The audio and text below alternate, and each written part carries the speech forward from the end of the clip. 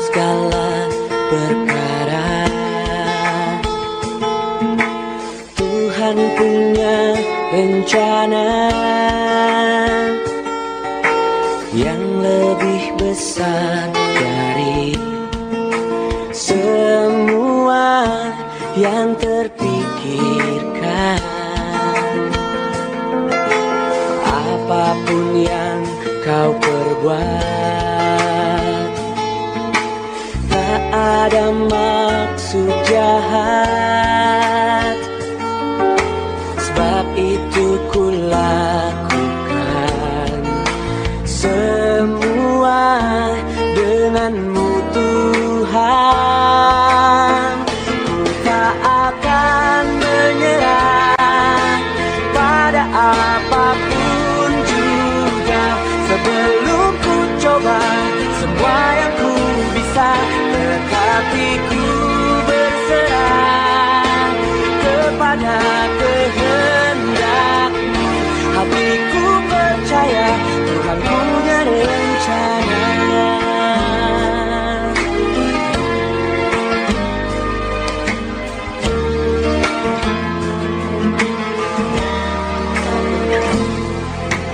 Apapun yang kau perbuat, tak ada maksud jahat, sebab itu ku lakukan semua denganmu Tuhan. Ku tak akan menyerah pada apapun juga, sebelum ku coba semua yang ku bisa, tetapi ku berserah kepada kehendak-Mu. Hatiku percaya Tuhan punya rencana. Ku tak akan menyerah pada apapun juga, sebelum ku coba semua yang ku bisa, tetapi ku berserah kepada kehendak-Mu. Hatiku percaya Tuhan punya rencana. Percaya.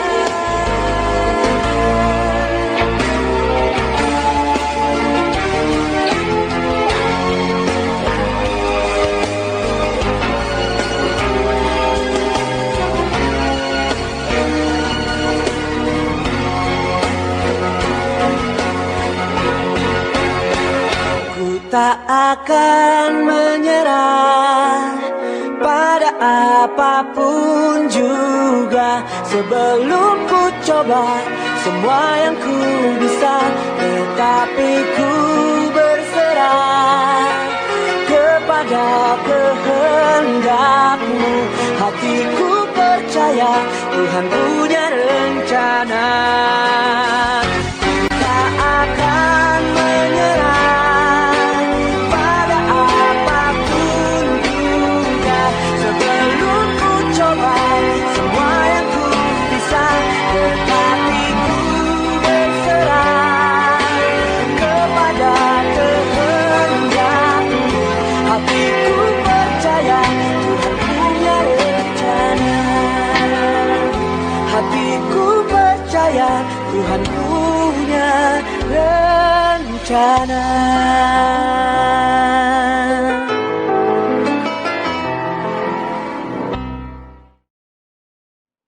Shalom jemaat yang dikasihi oleh Tuhan kita Yesus Kristus, secara khusus jemaat GBKP Klasis Jakarta Kalimantan, dimanapun Anda berada. Berjumpa lagi dalam program Sapaan Teduh pada pagi hari ini.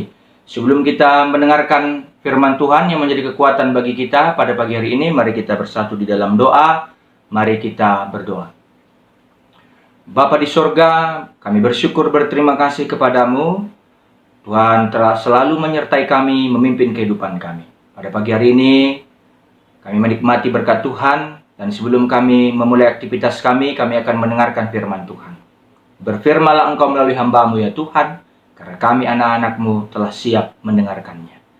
Inilah doa dan permohonan kami, yang kami sampaikan dalam satu nama, Yesus Kristus Tuhan kami. Amin. Jemaat yang dikasihi oleh Tuhan kita Yesus Kristus, firman Tuhan yang menyapa kita pada pagi hari ini diambil dari 1 Samuel 2 ayat yang ke-6. 1 Samuel 2 ayat 6, demikian firman Tuhan. Tuhan mematikan dan menghidupkan. Ia menurunkan ke dalam dunia orang mati dan mengangkat dari sana. Demikianlah firman Tuhan yang dibacakan bagi kita pada pagi hari ini. Shalom bagi kita semua, salam sehat, salam sejahtera jemaat Tuhan yang terkasih dimanapun berada. Saudara-saudari yang terkasih dalam nama Tuhan kita Yesus Kristus, tentu kita mengetahui sejarah ibu dari Samuel, yaitu Hana. Bagaimana dia pada awalnya sangat lama sekali menanti-nantikan kedatangan Samuel, kelahiran Samuel ke dunia, ya, sangat lama sekali sehingga dia sempat-sempatnya dibully oleh istri suaminya yang lain yang bernama Penina, seperti itu. Ya, Elkana punya dua istri, satu Hana, satu yang bernama Penina. Sementara Penina punya anak, Hana tidak punya anak.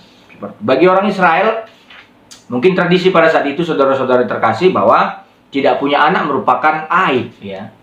Tidak punya anak diibaratkan, diidentikan berkat Tuhan tidak nyata dalam kehidupannya. Dan ini wajar-wajar saja bagi orang-orang yang berpemikiran pada saat itu, skala berpikir, cara berpikir pada saat itu, yang beranggapan bahwa apakah ini karena dosa atau bagaimana, seperti itu, apakah karena pelanggaran. Tapi kalau kita pikir-pikir bahwa tidak ada orang yang tidak punya kesalahan, tidak ada orang yang tidak punya dosa, karena kita semua berdosa di mata Tuhan. Tapi yang mau kita sampaikan pada pagi hari ini, saudara-saudari terkasih, walaupun cara berpikir pada saat itu dilingkupi, ya, walaupun situasi pada saat itu dilingkupi dengan cara berpikir seperti itu, yang hebatnya Hana tidak pernah kehilangan pengharapan kepada Tuhan. Hana tidak pernah menghilangkan harapannya, tidak pernah memberhentikan harapannya kepada Tuhan. Bahkan ketika kita tahu sejarahnya bahwa setahun sekali dia datang ke rumah ibadah Israel, pusatnya di Shilo pada saat itu, imamnya adalah Eli. Dia pernah disangka Eli sedang mabuk karena dia mulutnya komat kamit tapi tidak bersuara, seperti itu. Wah, itu saya rasa itu doa yang punya iman tingkat tinggi. Kadang kan kita banyak doa kita ini kan ngomongnya terlalu banyak, sepertinya inflasi kata-kata, tapi kita tidak menghidupi kata-kata yang kita ucapkan dalam doa tadi. Tapi Hana tidak banyak ngomong, bahkan tidak ngomong pada saat dia berdoa, tapi dia menaikkan harapannya kepada Tuhan, sehingga dia disangka sedang mabuk oleh Imam Eli. Hari ini, pada pagi hari ini, kita diperdengarkan lagi firman Tuhan melalui nyanyian pujian Hana dari 1 Samuel 2 ayat 6. Inilah refleksi seorang manusia pada saat itu yang beranggapan bahwa sepertinya dia tidak punya lagi kehidupan karena dia tidak dikaruniai anak. Makanya dia katakan dalam salah satu kutipan pujiannya di sini yang dicatat oleh penulis kitab 1 Samuel, Tuhan mematikan dan menghidupkan. Artinya dia percaya seluruhnya bahwa kuasa kehidupan dan kuasa Allah yang mengambil kehidupan itu, yaitu kematian, ada di tangan Allah. Jadi tidak ada yang perlu lagi diragukan oleh seorang Hana. Tidak ada lagi yang perlu dikhawatirkan. Karena Hana percaya. Jauh sebelum Hana tahu siapa Yesus. Dalam arti kata dia kan pada akhirnya kan tidak tahu siapa Yesus. Dalam arti kata ya Yesus beribu-ribu tahun kemudian baru ada. Tapi dia punya iman yang begitu luar biasa, ya. Dia punya iman yang begitu luar biasa. Kenapa saya katakan begitu? Orang semua mati. Semua mati, tapi apakah ada orang yang bangkit? Ya, hanya Yesus. Hana jauh sebelum Yesus ada, dia sudah punya iman Yesus yang membangkitkan dari antara orang mati. Walaupun dia tidak tahu siapa Yesus, tapi yang dia pikirkan adalah Allah yang membangkitkan kehidupanku dari keterpurukan. Dia memahami dari salah satu pujiannya ini, dia katakan Tuhan mematikan dan menghidupkan. Kepada Allah dia berseru, kepada Allah dia berpengharapan. Hidup dan mati milik Allah. Jauh sebelum Paulus mengatakan dalam suratnya yang indah di Filipi 1 ayat 21, sebab bagiku mati adalah Kristus hidup adalah keuntungan, begitu ya. Jauh sebelum itu Hana sudah punya statement teologis, statement iman yang seperti ini, saudara-saudari terkasih, dalam nama Tuhan Yesus. Saya bangga sekali ketika saya diberikan renungan ini yang akan diperdengarkan bagi kita pada pagi hari ini, firman Tuhan. Saya sangat terenyuh sekali, bukan karena saya belum punya anak sampai sekarang, tapi saya percaya ya, saya percaya Allah tidak kekurangan cara untuk terus memperjuangkan umatnya. Allah tidak pernah kekurangan cara untuk terus menopang umatnya. Maka dengan itu ada sebuah nada-nada teologis ya. Saya selalu memberi renungan kan bersifat teologis. Ya, saya ingin membuat dasarnya lebih baik lah begitu ya. Dari arti nama Samuel itulah iman Hana. Kenapa? Samuel itu artinya kalau dari akar kata bahasa Ibrani Sya'almeel, kita terjemahkan menjadi Samuel kan. Samuel itu artinya kepada Allah dia kuminta, kepada Yahweh dia kuminta, dan kuberikan lagi kepada Yahweh. Itulah alasannya bahwa Hana akhirnya percaya. Hana punya kepercayaan hidup dan mati milik Tuhan. Hidup dan mati kita diperjuangkan oleh Tuhan. Jauh sebelum Yesus bangkit dari kematian di hari Paskah. Jauh sebelum Paulus mengatakan dengan suratnya di Filipi 1 ayat 21, Filipi 1 ayat 21 bahwa bagiku hidup dan mati adalah keuntungan karena adalah untuk Kristus. Jauh sebelum itu, tapi Hana sudah punya, saudara-saudari terkasih. Dia katakan, ia menurunkan ke dalam dunia orang mati dan mengangkat dari sana. Luar biasa. Dia belum tahu siapa Yesus, tapi dia punya iman yang luar biasa besar, yang luar biasa dalamnya. Bahkan dia belum melihat Samuel itu ada, tapi dia memuji Tuhan. Dia selalu memuji Tuhan di dalam kehidupannya. Seperti itu. Itulah yang perlu kita saksikan. Bahkan salah satu teks di Perjanjian Baru mengatakan, berbahagialah orang yang percaya walaupun tidak melihat. Hana sudah buktikan ini jauh sebelum teks-teks Perjanjian Baru itu ditulis. Itulah gerakan kekuatan Allah, gerakan firman Tuhan yang selalu menguatkan kita, mendorong kita, menopang kita, saudara-saudari terkasih. Bapak Ibu saudara-saudari terkasih jemaat GBKP Klasis Jakarta Kalimantan. Hari ini kembali lagi kita disegarkan, dimotivasi, dikuatkan, disemangati oleh firman Tuhan. Allah memperjuangkan kita, tidak sekedar pada saat kita hidup, bahkan pada saat kita mati pun Allah ada bagi kita. Orang Israel, perempuan-perempuan Israel menganggap bahwa tidak punya anak adalah kutukan. Kalau dikatakan terkutuk berarti dia mati walaupun hidup. Tapi Hana dengan imannya kepada Tuhan menjungkir balikkan stigma berpikir pada saat itu bahwa orang yang tidak punya anak tidak ada gunanya, tapi di hadapan Tuhan dia berguna. Sehingga doanya dijawab oleh Tuhan. Bukan karena kemampuan Hana berdoa maka doanya dijawab Tuhan, tapi Allah melihat penyerahan secara total yang ditunjukkan oleh Hana lewat doanya kepada Tuhan. Bukan pada saat terjawab doa kita itu maka kita hebat, bukan. Saya menjadi pendeta, kenapa saya dikagumi, katakanlah begitu ya. Kenapa saya disenangi, bukan karena kehebatan saya berkhotbah, bukan karena kehebatan saya melayani, karena kehebatan Tuhan yang membuat saya begitu. Anda, kenapa anak Anda nurut sama Anda? Bukan karena Anda baik banget. Kita semua punya aib. Kita semua punya hal-hal yang terkutuk lah di masa lalu gitu ya. Tapi karena Allah menghapus kutukan itu, maka kita punya alasan untuk menjadi orang baik. Jadi selamanya kalau kita katakan, karena aku nyawa kemantap, nggak begitu. Karena kebaikan Allah. Banyak renungan yang bisa kita ambil pada pagi hari ini, saudara-saudari terkasih. Jangan takut, jangan khawatir, jangan ragu.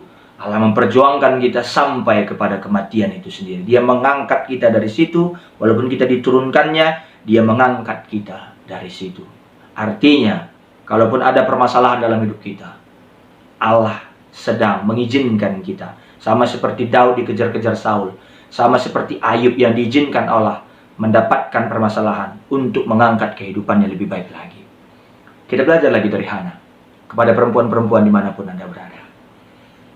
Kepada laki-laki, supaya tidak selalu menstigma bahwa ketika istrinya belum dikaruniai anak, bukan berarti keluarganya tidak diberkati. Anda sedang menuju penggenapan janji Tuhan di dalam kehidupan Anda masing-masing. Kita aminkan itu, saudara-saudari terkasih.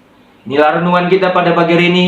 Terberkati yang mendengarkan firman-Nya, dikuatkan yang mendengarkan firman-Nya, dan kita mampu untuk menjalankannya, mengaplikasikannya di dalam kehidupan kita sehari-hari. Amin, kita berdoa. Sekali lagi kami bersyukur ya Tuhan. Firman-Mu telah menyapa kami, menguatkan kami untuk terus berharap kepadamu, karena janji-Mu ya dan amin. Kau tidak pernah melupakan kami, Kau tidak pernah meninggalkan kami. Terima kasih ya Bapa atas sapaan-Mu, firman-Mu pada pagi hari ini. Kami berdoa untuk GBKP Rumbun Klender. Tuhan berkati secara khusus keluarga Pendeta Eplida Burginting bersama Naras Barus Mergana dan juga ketiga anak kami. Tuhan juga berkati supaya keluarga pendeta kami ini juga selalu luar biasa melayani Tuhan, dilimpahkan rezeki kesehatan, dan Kau yang selalu meneguhkan iman percaya. Pelayanannya akan selalu luar biasa di dalam kehidupannya. Kami berdoa buat Pertodiakan Emeritus. Tuhan juga berkati, kiranya mereka boleh bersinergi dalam pelayanan, keluarga juga mendukung supaya buah pelayanan juga boleh dirasakan di tengah-tengah GBKP Rumbun Klender. Tidak lupa juga kami berdoa buat jemaat-jemaat Tuhan yang ada di GBKP Rumbun Klender. Tuhan berkati mereka semua. Tuhan yang memampukan, menolong, menopang mereka di tengah-tengah kehidupan yang belum tahu kapan kami berhenti, belum tahu kapan berhenti pandemi ini. Tapi kami yakin jemaat GBKP Klender juga akan terus mewartakan kasih setia Tuhan, tidak akan pernah berhenti beriman kepada Tuhan. Secara khusus dalam proses pengadaan rumah dinas pendeta, Tuhan juga berkati, Kau cukupkan semuanya ya Tuhan. Kami tahu kami hanya mampu bekerja sesuai dengan kekuatan kami, selebihnya Tuhanlah yang mengatur semuanya. Tuhan berkati, panitia juga Tuhan berkati semua. Berkatilah mereka semua ya Bapa, berkatilah jemaat yang mendengarkan renungan pada pagi hari ini, Kau yang selalu menguatkan mereka. Inilah doa dan permohonan kami, di dalam satu nama Yesus Kristus kami berdoa. Amin.